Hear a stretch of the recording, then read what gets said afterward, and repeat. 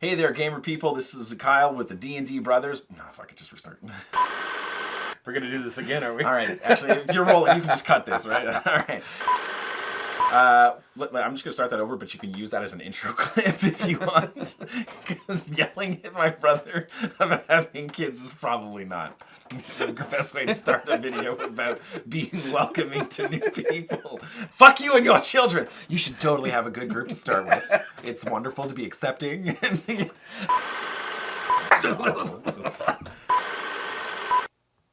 Why you gotta ruin everything? Because that's just the way it's going. That was funny. That's going to get all the laughs on the internet. Well, like that's going to be the new meme. It's like I'm not the DM anymore. That's right.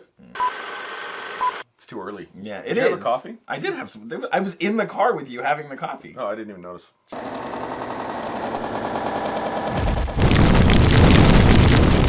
Welcome back, gamer people, to the D&D Brothers. I am one of your hosts, Kyle, along with my co-host, Jamie. Today we're going to be covering a topic that was asked to us by one of my friends, Dave. Dave wanted to get a little bit more information on how to start a brand new group with completely inexperienced players. And Dave is a real person. Dave is a real person. He's the manager at the bar that I go and drink at. So, and which means he asked me this question at the beginning of the night. Yeah. Because we wouldn't be talking about this. No, I was going to say. So it's a really good question because we had actually already discussed a little bit about starting a new group, but we did make the assumption in that video that somebody had experience playing D&D. So how do you start a group if no one has any experience? Bunch of D&D virgins. Yeah, a bunch of D&D virgins. Because those words don't go together. No.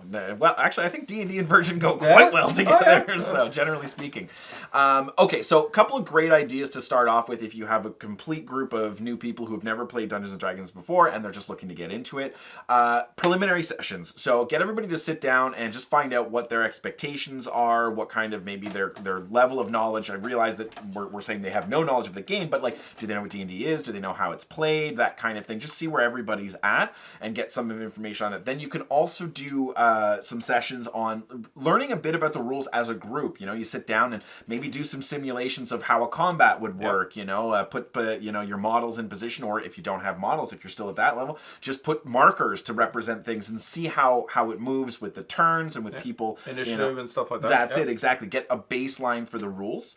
Creating characters as a group is also a really good idea because you have other people's input. People can help you with references. Maybe something they read in the book or something they saw can help you accomplish getting the character done, or just figuring things out as a group on how to build those characters is really great.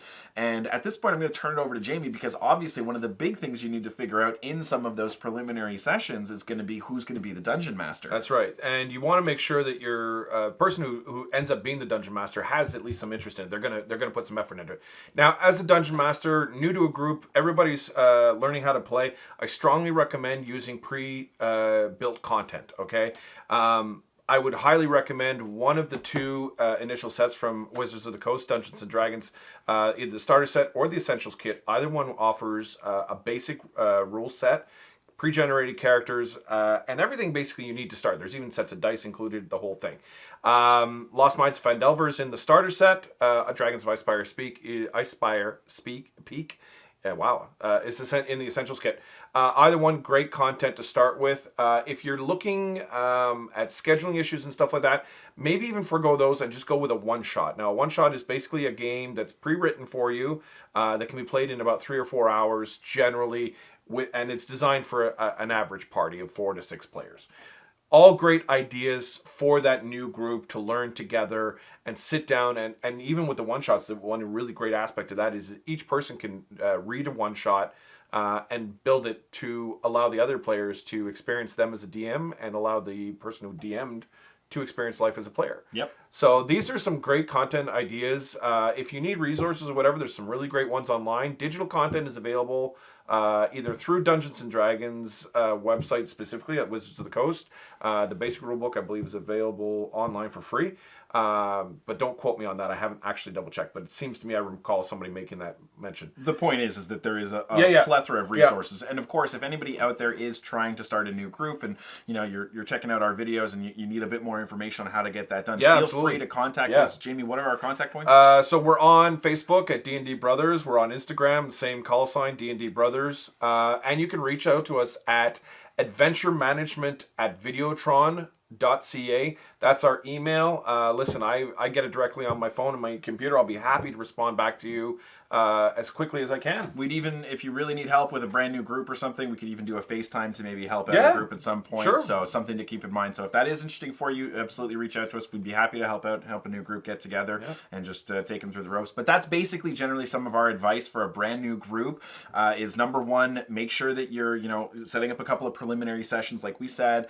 Check with your, who's going to be the DM. Use some of the resources for new starting players, absolutely. And of course, reach out for help. The D&D community online is absolutely phenomenal. You'll always find somebody who's willing to help you out if it's absolutely necessary. So I think with that, Dave, hopefully we answered all of the questions and you can get your D&D group started. So thanks again for the question, and make sure, if you wouldn't mind, if you have any questions or any ideas, comment down below, like and subscribe, and I'll let Jamie close out the rest of the video. Don't forget to hit the notification button, and of course, the most important part, keep on gaming.